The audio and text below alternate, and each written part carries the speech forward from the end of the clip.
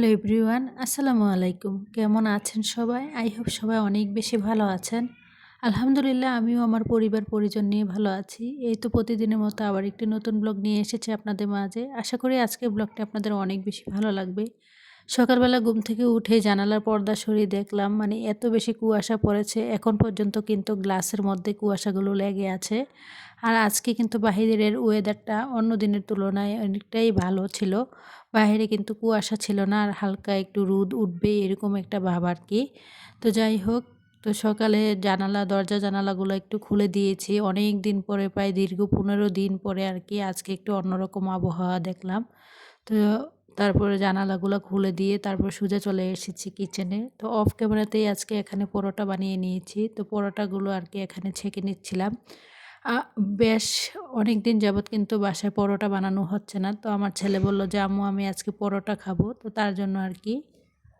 আর একটা জিনিস খেয়াল করলে অবশ্যই দেখতে পাবেন, আমি কিন্তু পরোটাগুলো যে ভাজছি, যে তেল ডালছি, এটা কিন্তু আমার একটা এই যে আমাদের সবার বাসায় কিন্তু যে লিকুইড ভিম বার নিয়ে আসা হয়। তো ওই যে ভিম লিকুইড শেষ হয়ে যাওয়ার পর যে বোতল ছিল, ওই বোতলের মধ্যে আর কি আমি তেল ঢেলে নিয়েছি। আমি সবসময় কি করি, যে পরোটা ভাজার সময় অতিরিক্ত তেল পড়ে যাবে তার জন্য আমি সবসময় ভিম লিকুইডের যে খালি বোতলগুলো থাকে সেগুলো ধুয়ে পরিষ্কার করে পানিটা সরিয়ে তারপরে এখানে আর কি তেল ঢেলে নেই। সবসময় পরোটা ভাজার জন্য আর কি শুধুমাত্র এই বোতলটার তেলটাই ইউজ করি আর কি। এতে করে দেখা গিয়েছে পরোটাগুলো ভাজার সময় খুব অল্প তেলেই কিন্তু আমি তেলটা ভেজে মানে পরোটাগুলো ভেজে নিচ্ছি, মানে নিতে পারি। এই যে দেখতে পাচ্ছেন আমি ডিম ভেজে নিচ্ছি, আর ওই যে ওই পাশে যে ভিম লিকুইডের বোতলটা আর কি। তো আসলে আমরা গৃহিণীরা যদি একটু সংসারে একটু বুদ্ধি খাটাই, তাহলে কিন্তু দেখা গিয়েছে যে সংসার খরচটা অনেকটাই কমিয়ে হাজার হাজার টাকা পয়সা কিন্তু চাইলে সংসার থেকেই আর কি আমরা জমাতে পারি। আমি চাইলে এখানে কিন্তু আমার যে অয়েল জার আছে ওটার মাধ্যমে যদি তেল ডালতে যেতাম তাহলে কিন্তু অনেকটাই তেল চলে যেত। তো আমি সবসময় পরোটা ভাজার সময় ভিম লিকুইডের যে বোতলে তেল ভরে রেখে দিয়েছি ওইটাই আর কি ব্যবহার করি। তো যাই হোক, এখানে আর কি পরোটার সাথে খাওয়ার জন্য এখানে একটা ডিম ভেজে নিয়েছি, আর এখানে দুধ চা করে নেব আর কি। তো এগুলা দিয়েই কিন্তু সকালে নাস্তা হয়ে যাবে। আর ইদানিং কিন্তু দেখা গিয়েছে শীত প্রচুর পরিমাণে ঠান্ডা পড়েছে বাহিরে, আর সকালবেলা কিন্তু মানে অন্য কোনো খাবার ভালোই লাগে না। একেক দিন একেক রকমের খাবারই ভালো লাগে। প্রতিদিন দেখবেন একই রকমের বা একই টাইপের নাস্তা কিন্তু কারো কাছেই ভালো লাগে না, ছোট থেকে বড়। তো দেখা গিয়েছে কোনো সময় রুটি করি, কোনো সময় নুডলস, কোনো সময় পরোটা, চা আর কি। তো এগুলা দিয়ে আজকে সকালের নাস্তা খেয়ে নেব। ভিডিওর এই পর্যায়ে এসে যে সকল প্রিয় আপুরা আমার ভিডিওটি দেখছেন, প্লিজ ভিডিওটিতে একটি লাইক দিয়ে অবশ্যই কন্টিনিউ করবেন। আর যারা অলরেডি এই কাজটি করে দিয়েছেন তাদেরকে জানাই অসংখ্য ধন্যবাদ। গত ভিডিওতে কিন্তু আমি লাইকের কথা মানে বলতে ভুলে গিয়েছিলাম। দেখলাম যে আপুরা একদম লাইক দিতে ভুলে গিয়েছেন। আর কি বলবো, লাইক দিতে বললেও কিন্তু আপুরা লাইক দিতে চান না। কেন জানি আপুরা এত কৃপণতা করেন। অথচ কমেন্ট আসে, কমেন্টের সংখ্যা কিন্তু অনেক বেশি আসে, কিন্তু লাইকের সংখ্যা কিন্তু ওইরকমভাবে আসে না। যদিও আমরা এত কষ্ট করে একটা ভিডিও দেখি আপুদের বা কমেন্ট করতে পারি, তো লাইকটা দিতে ক্ষতি কোথায় আসলে বলতে পারি না। আর আপনার একটা লাইক কিন্তু আমার কাছে অনেক বেশি মূল্যবান, কারণ আমার এই ভিডিওটা আপনার মতো আরও অনেকের কাছে কিন্তু পৌঁছে দিতে সাহায্য করবে। তো প্লিজ কেউ কৃপণতা না করে লাইকটা অবশ্যই দিয়ে দিয়েন। তো যাই হোক, তো সকালে নাস্তা খেয়ে নিয়েছি, তো চলে এসেছি সংসারের কাজকর্মে। তো একদিক দিয়ে সংসারের কাজকর্ম করব। তো ভিডিও টাইটেল এবং থাম্বনেল দেখে হয়তো বুঝতে পেরেছেন গৃহিণীরা কিভাবে সংসারে বুদ্ধি, পরিশ্রম আর মানে অপচয় না করে সংসার খরচ থেকে হাজার হাজার টাকা জমাবেন। তাই আর কি আজকের ভিডিওতে শেয়ার করব। আসলে আমরা গৃহিণীরা চাইলে অনেক কিছু করতে পারি। একটা গৃহিণী চাইলে একটা সংসারকে মানে স্বর্গ করে তুলতে পারে, আবার একজন গৃহিণী চাইলে একটা সংসারকে কিন্তু নরক করে তুলতে পারে। একটা গৃহিণী চাইলে একটা সংসারের সব কিছু পরিবর্তন করে দিতে পারে, শুধুমাত্র একটু বুদ্ধি, টেকনিক, পরিশ্রম। আর দেখা গিয়েছে আমরা যদি অপচয় না করি, দেখা গিয়েছে আমি যে সকালে পরোটাগুলো ভেজেছি, তো পরোটা ভাজার সময় যে তেল অপচয় মানে যেন না হয় সেদিকে খেয়াল রেখেই কিন্তু আমি সবসময় ভিম লিকুইডের খালি বোতলের মধ্যে তেল নিয়ে রাখি, আর ওই জারের তেল দিয়েই কিন্তু সবসময় পরোটা ভাজি। এতে করে কিন্তু আমার তেলটা অনেকটাই কম লাগে, আর এতে করে কিন্তু দেখা গিয়েছে আমার সংসার খরচটা অনেকটাই কমে যায়। আর পরিশ্রম হচ্ছে সৌভাগ্যের মূল চাবিকাঠি। আপনি যদি জীবনে মানে উন্নত করতে চান তাহলে অবশ্যই আপনাকে পরিশ্রমী হতে হবে। আমরা গৃহিণীরা যদি অলসতা না করে একটু পরিশ্রম করি, দেখবেন সংসার খরচ থেকে কিন্তু আমরা হাজার হাজার টাকা জমাতে পারি। আবার দেখা গিয়েছে অনেক গৃহিণীরা আছে এই শীতের দিন অলসতা করে কিন্তু বিছানা থেকে উঠতেই চান না, বিছানায় অনেক সময় পর্যন্ত ঘুমিয়ে থাকেন বা শুয়ে থাকেন, বা সকালবেলা যে হাজব্যান্ডের একটা নাস্তা তৈরি করতে হয় বা ছেলে মেয়েদেরকে নাস্তা তৈরি করে দিতে হয়, অলসতা করে কিন্তু সেই কাজটা করেন না। অনেক সময় হয় কি বাহির থেকেই কিন্তু সকালের নাস্তাটা কিনে আনেন, এতে করে কিন্তু দেখা গিয়েছে অনেকটা টাকা পয়সা কিন্তু আমরা বাহির থেকে নাস্তা কিনে আনতে গেলে দেখা গেছে অনেকটা টাকা চলে যায়। যদি এই নাস্তাগুলো বাসায় বানাতাম তার কিন্তু অর্ধেক খরচও কিন্তু খরচ পড়ে না। আর বাইরে থেকে যেই খাবারগুলো কিনে আনা হয় সেই খাবারগুলো কিন্তু অনেক দাম দিয়ে কিনে আনতে হয়, এতে করে কিন্তু সংসার খরচটা অনেকটাই বেড়ে যায়। তো আমি মনে করি কি প্রতিটা গৃহিণী যদি অলসতা না করে একটু পরিশ্রম করে, যদি সকালবেলা ঘুম থেকে উঠে সকালবেলা নাস্তা বানিয়ে ছেলে মেয়েদেরকে খাবার খাইয়ে স্কুলে পাঠান বা হাজব্যান্ডের অফিসে যাওয়ার আগে যদি নাস্তাটা রেডি করে দেন, এতে করে কিন্তু বাইরে থেকে আর খাবারটা কিনে আনতে হয় না, বা সংসার খরচটা কিন্তু সংসারে যে টাকাটা খরচ হতো ওই টাকাটা খরচ হয় না। চাইলে কিন্তু এই টাকাটা আপনারা মানে প্রতি মাসে জমাতে পারেন। আর এইভাবে করে একটু একটু করে টাকা জমাতে জমাতেই কিন্তু অনেকটা বড় অঙ্কের টাকা জমানো যায়। তো আমরা যদি একটু পরিশ্রমী হই, দেখবেন এমনভাবেও কিন্তু সংসার খরচ থেকে অনেকটা টাকা পয়সা বাড়ানো যায়। আবার দেখা গিয়েছে অনেকে আছে নিজে একটু অলসতা করে, দেখবেন যে হেল্পিং হ্যান্ড খালা দিয়ে কাজ করান। তো আসলে আমাদের এলাকায় যেই হেল্পিং হ্যান্ড খালারা কাজ করে তারা দেখেছি এক এক কাজের জন্য এক এক রকম টাকা পয়সা নেয়। শুধুমাত্র কাপড় ধোয়ার জন্য আলাদাভাবে টাকা নেবে, ঘর মোছার জন্য আলাদা টাকা নেবে, বা দেখা গিয়েছে যে কোনো কিছু পরিষ্কার করার জন্য কিন্তু তারা কিন্তু আলাদাভাবে টাকা নেয়। তো একজন হেল্পিং হ্যান্ড খালা দিয়ে যদি আপনি কাজ করাতে যান তাহলে কিন্তু প্রতি মাসে আপনার 2 থেকে 3 হাজার টাকা কিন্তু একজন হেল্পিং হ্যান্ড খালাকে দিতে হয়।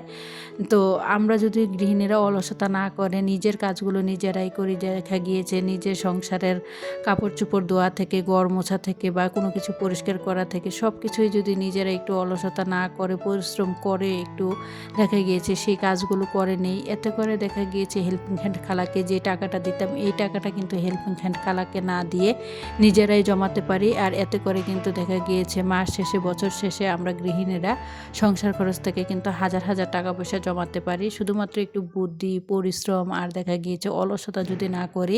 সংসার থেকেই কিন্তু বিভিন্ন উপায়ে আমরা গৃহিণীরা হাজার হাজার টাকা পয়সা জমিয়ে নিজেদের ছোট্ট ছোট্ট ইচ্ছেগুলো স্বপ্নগুলো পূরণ করতে পারি। কারণ আমরা যেহেতু মধ্যবিত্তদের কিন্তু চাইলেও আহামরি অনেক কিছু করতে পারি না। আর নিজেদের জন্য কোনো কিছু করতে হলে অনেক বেশি কষ্ট ত্যাগ অনেক কিছু বিসর্জন দিয়েই কিন্তু করতে হয়।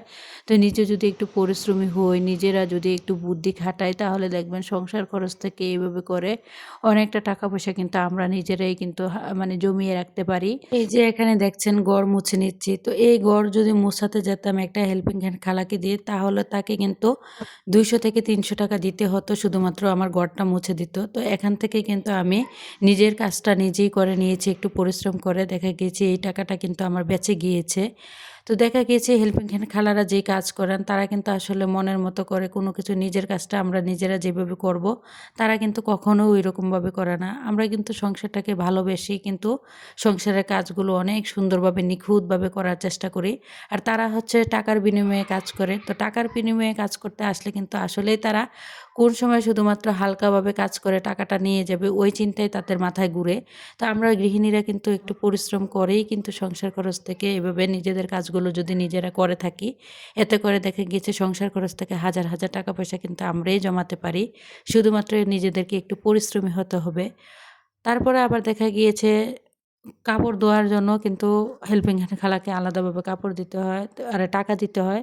তো আমি কিন্তু সবসময় চেষ্টা করি আমার সংসারের যত কাজ আছে ঘর মোছা থেকে শুরু করে ফার্নিচার পরিষ্কার করা থেকে শুরু করে বা কাপড় কাচা থেকে শুরু করে সব কিছুই কিন্তু আমি নিজেই করি।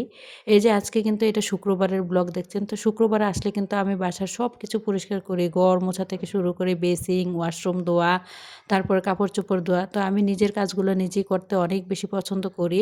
আর আমার কেন জানি অন্যের কাজ একটু ভালো লাগে না, তারা কখনোই কিন্তু আমাদের মনের মতো কাজ করে দেয় না।